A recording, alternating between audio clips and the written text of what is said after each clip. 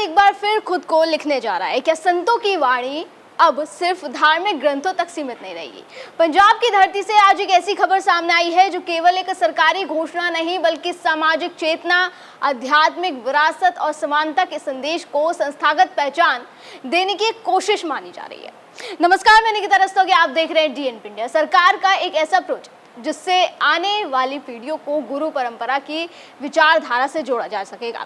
चलिए आपको सरकार के इस प्रोजेक्ट के बारे में बताते हैं। पंजाब सरकार श्री गुरु रविदास बाणी अध्ययन केंद्र की स्थापना करने जा रही है, जिसके लिए सरकार द्वारा 10.50 एकड़ भूमि का कब्जा ले लिया गया है, जो पहले स्थानीय प्रशासनिक नियंत्रण में दर्ज जमीन थी।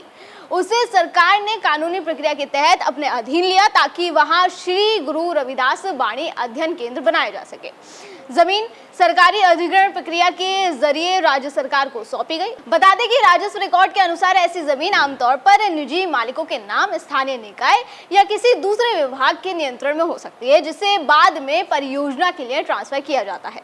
जमीन पर कब्जा लेने की जानकारी पंजाब सरकार में वित्त मंत्री हरपाल सिंह चीमा ने दी। इस महत्वपूर्ण फैसले की जानकारी देते हुए उन्होंने कहा कि केवल एक निर्माण परियोजना नहीं बल्कि समाज को ज्ञान, समानता और आध्यात्मिक मूल्यों से जोड़ने का प्रयास। दरअसल पंजाब सरकार लंबे समय से गुरु रविदास जी की शिक्षाओं और सामाजिक संदेश को संस्थागत रूप देने की योजना पर काम कर रही थी। अब इस दिशा में ठोस कदम उठाते हुए सरकार ने अध्ययन केंद्र के लिए निर्धारित भूमि का अधिग्रहण पूरा कर लिया है। सरकार का कहना है कि ये केंद्र आने वाले समय में शोध, अध्ययन और सांस्कृतिक संवाद का बड़ा केंद्र बनेगा। ये केंद्र केवल धार्मिक नहीं बल्कि सामाजिक और शैक्षणिक महत्व का संस्थान होगा, जिसके माध्यम से युवाओं को समाज सुधार, समानता और मानवीय मूल्यों की शिक्षा दी जाएगी। सरकार इसे पंजाब की सांस्कृतिक पहचान को मजबूत करने वाला कदम बता रही है। हरपाल सिंह चीमा ने यह भी कहा कि पिछली सरकारों के दौरान कई महत्वपूर्ण सांस्कृतिक परियोजनाएं योजनाओं तक ही सीमित रह जाती थी, लेकिन वर्तमान सरकार जमीन पर काम करने में विश्वास रखती है। उन्होंने साफ किया कि भूमि अधिग्रहण की प्रक्रिया पूरी पारदर्शिता और कानूनी नियमों के तहत की गई है।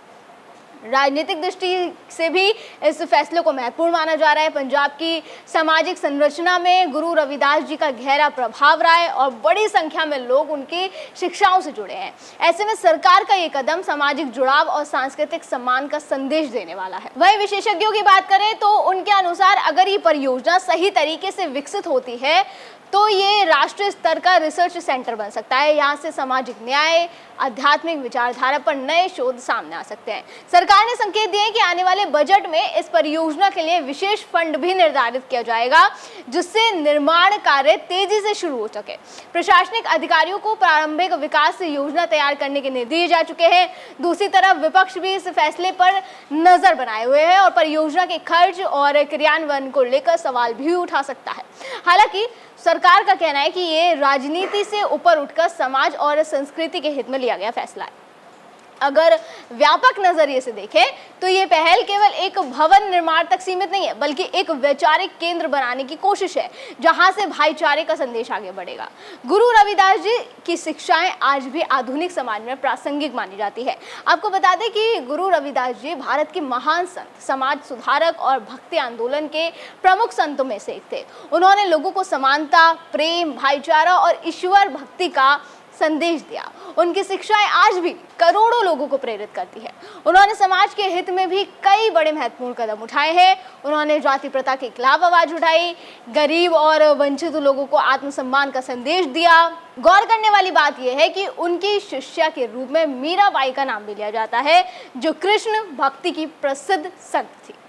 जैसे कि मैंने बताया कि गुरु रविदास जी ने समाज में समानता का सपना देखा। उनके इसी सपने, इसी विचारधारा को सरकार नई पीढ़ी तक पहुंचाना चाहती है। हालांकि अभी भी कुछ सवालों के जवाब मिलने बाकी है, जैसे अध्ययन केंद्र आखिर कब तक बनकर तैयार होगा और किस स्तर की सुविधाएं इसमें विकसित की जाएंगी, जिसका विस्तृत ब्लूप्रिंट सरकार जल्द ही जारी करेगी, जिसमें निर्माण समय सीमा और परियोजना की पूरी रूपरेखा सामने आएगी। फिलहाल इतना तय है कि पंजाब सरकार ने गुरु रविदास बाणी अध्ययन केंद्र की दिशा में पहला और सबसे महत्वपूर्ण कदम उठा लिया है। 10.50 एकड़ भूमि का कब्जा लेने के साथ ही ये परियोजना अब योजना से निकलकर जमीन पर उतरती दिखाई दे रही है। दर्शकों, इस खबर पर आपका क्या कहना है हमें कमेंट सेक्शन में जरूर बताएं। फिलहाल आज की वीडियो में बस इतना ही, फिर होगी मुलाकात। आप देखते रहे डीएनपी इंडिया, हर खबर भरोसे के साथ।